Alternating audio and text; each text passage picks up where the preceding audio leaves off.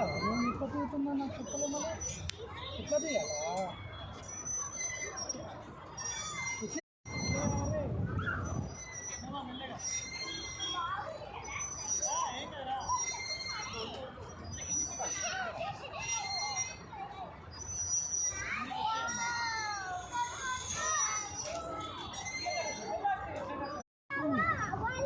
అవునా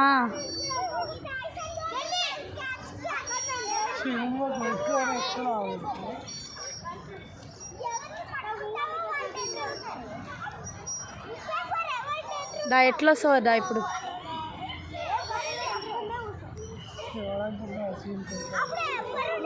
గట్టిగా చూడాడు సీన్ కొడుకు మెల్లగా మెల్లగా స్లిప్ అయ్యావు